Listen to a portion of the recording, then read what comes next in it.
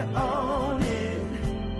Let every mile bring a smile, yeah. Welcome back to another episode of the Road of Life podcast with Meredith and Craig. Last episode, we started the 4 Horsemen of the Apocalypse discussion, and we led with criticism. Yep. And now this episode, we're going to talk about the second of the 4, which is contempt. Quick recap, the 4 Horsemen of the Apocalypse come from John and Julie Gottmans' research. They're like the gold standard of research into relationships. And these 4 Horsemen of the Apocalypse are 4 behaviors that are toxic to a relationship, that are big predictors of relationship failure. And it's criticism, contempt, defensiveness, and stonewalling. And so we talked about criticism last week. If you didn't listen to it, go back and listen to it, because contempt builds on criticism. So we're going to start talking about criticism in this episode, so it helps to have the... Contempt. Contempt. It helps to have the criticism background before this one. And contempt is like the criticism on steroids almost a little bit. It's criticism with like an air of superiority, like a nose in the air. Yeah, for sure. It's like criticism like leveled up several levels. Yeah. It's criticism that's designed to make the other person feel inferior. Yeah, feel less than. In fact, it is the number 1 predictor of divorce. If there was one horseman, it would be contempt. Correct. Yeah. If the worst one of them all is contempt. Contempt. Yeah. This one, which is scary, but also kind of awesome that we know that so that we can work on it. Yeah, exactly. So we can head it off at the pass. So, examples of contempt. Oh, good. Another great idea from the peanut gallery. Sarcasm. I mean, sarcasm sometimes has its place, but not when it's directed at your spouse in a derogatory way. Yeah. I think another big thing for contempt is the eye rolling and sneering and the dismiss. The dismissiveness of it. Like the eye roll and the like, oh my God, like what a stupid idea. Like, are you really bringing that up again? Like, like that type of... Yeah, which you see a lot in especially teenage girls. In my experience lately, you see a little more of that. Well, it's what we talked about last episode with criticism is it's a learned behavior. It's something that you probably grew up with your friends as teenagers, and it's something you just carry with you into your other relationships as an adult. Yeah. And it's terrible. You got to get rid of it. Yeah. But to your point, contempt, no different. You probably experienced it and did it with your friends growing up. Yeah. It certainly gives me a vibe of familiarity as a teenage girl, for sure. Like, I have a Judge Judy level eye roll that I deploy sometimes that can confirm the need to harness in. And I think the third way that contempt shows up is name calling. I think name calling is another way that we bring that horseman, we bring contempt into our relationships. And we've said it before in the disagreeing productively episode that we've done, that there's no place ever for name calling in your relationship, like literally ever, never. It's destructive. It's completely toxic. There's no reason to ever refer to your spouse or partner by anything other than their name, unless it's something like babe or like a loving, endearing term. But they're comfortable with, that you both enjoy. Of course. But like name calling is just a no-go zone. Yeah. It's never going to serve you or your relationship. So keeping an eye on the sneaky ways that contempt slides in is sarcasm, name calling, and that eye roll / dismissiveness, sneer vibe. So those are the 3 ways that contempt is sneaking into your relationship. Yeah. And contempt is so toxic because the person who receives it, it's so belittling, makes them feel so unworthy. And we talked about this last episode too, is that there's already an epidemic of unworthiness in this world. Like we're all already battling this. The one place where we shouldn't have to feel like it's an unsafe space is with our spouse. We should at least feel like we're worthy there, if nowhere else, there. And when contempt comes into it, you don't even have it there. No. It makes you feel less than even in your relationship. Yeah. So like belittled, unworthy, and just disrespected. There's no respect when there's contempt. And when there's no respect in your relationship, it's in very serious trouble. Like that's the one thing we say is like your relationship has to have at least a foundation of respect. And to your point, contempt means that there is no foundation. There is no respect. Yeah. And when there's no respect, you are on a very, very shaky ground. Yeah. It's interesting. I've had this conversation with Sharon Lecter, who we actually, I think, mentioned in the last episode. Very successful, famous author. And she's been married, her and her husband have been married for, I'm not sure how long. 40-something years, I Yeah, think. like multiple decades, like a very, very long time. And I asked her about what was the secret for their relationship, and she has 2 secrets to their relationship. The first one is kind of funny, but still true, and it's separate bathrooms. And I can totally get that with all the little ginger beards. And the second one is respect. You don't have to like each other, but you have to respect each other. She firmly believes that respect... In the moment. You don't have to like each other every moment. Correct. There might be disagreements Correct. where you feel like, oh, I want to wring this person's neck. But Correct. there's always the But you base level of always respect. them. Yeah. So when there's no respect left in your relationship, if the contempt has eroded your respect, you are on very shaky ground. Yeah. So why do we let contempt in? If it's so toxic, it's the #1 predictor of divorce. How do we let it in? Why? Yeah. Most of the time, or a lot of the time, it's because we've had these needs that have gone unmet for so long.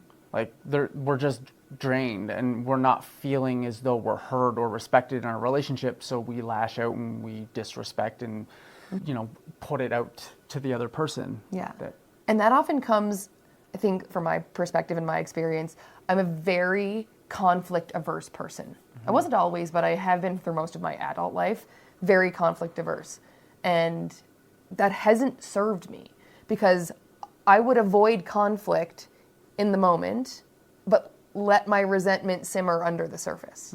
And we don't do that. We've gotten rid of that in me in our relationship, but I have to fight my natural instinct all the time to address things in a timely manner, in a functional, constructive way, even when it's uncomfortable. And I've seen it in the past how I don't want to cause trouble. I don't want to cause a fight. I don't want to get into a disagreement, so I'm just going to let that go. And little do you know that it's actually the worst thing you can do, because it's going to Correct. cause a way bigger issue down the line. Correct. Because you're going to then start to feel resentment towards that person. Correct. You're going to start to roll your eyes at that person. Yep. You're going to start to be like, ugh, like This again? Again? Yeah. Like, have we Are not... we serious with this? Right.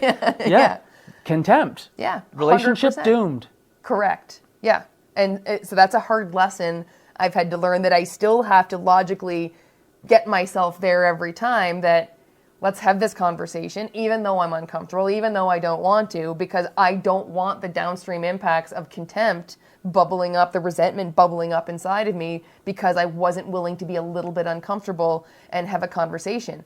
And one way that really clicked for me was, because I'm a natural peacemaker in my family and everywhere, that the question to ask is, whose peace am I keeping in those situations? Yeah. When I'm being a peacemaker and I don't want to cause trouble, Yeah. whose peace am I keeping? And the way the resentment builds and builds, it's not mine. Yeah. I'm not keeping peace inside of me. And you're not keeping peace, like in the moment you are, but down the line it's going to come out. Correct. And so you're not actually, you're keeping the peace for a moment, but down long term you're not. No. And it's really a really great example of short-term discomfort for long-term...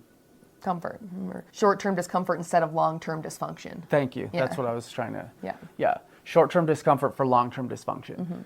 I think another way that sometimes we let contempt in, or why we let contempt in, is because we grew up with it, to your point earlier, whether it was in our friend group or in our family, or sure. maybe in a toxic work culture.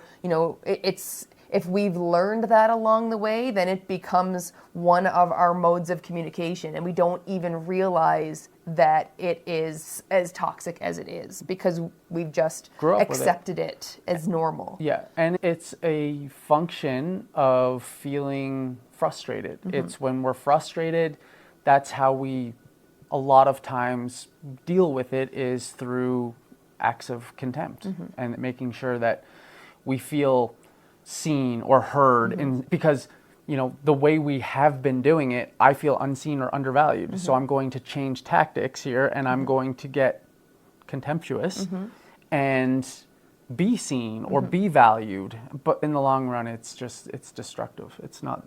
Yeah.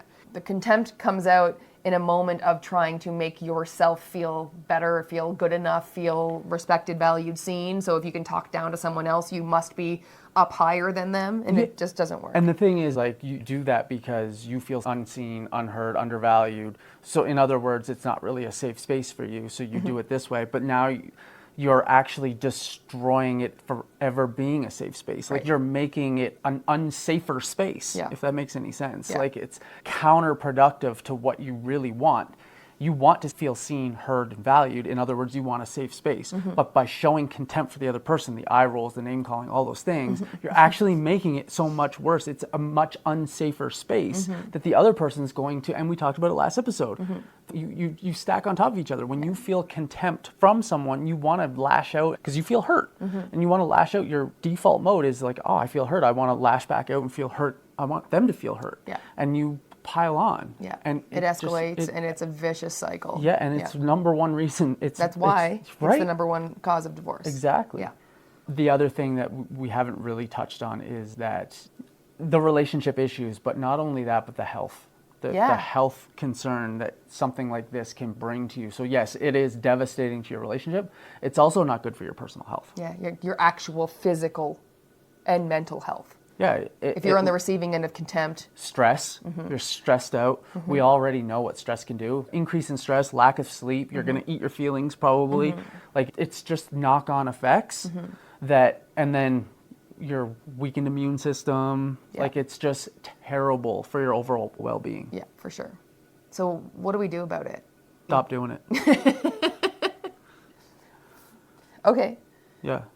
What's the antidote to contempt? It's like we talked about in the last episode with criticism. The more you focus on the negative, the more negative you're going to get. The more you focus on positive, the more positive you're going to get. The antidote to contempt is similar to what we talked about last episode with criticism. And it's really about focusing on gratitude and appreciating the positive things that your partner does, the good that is in your relationship.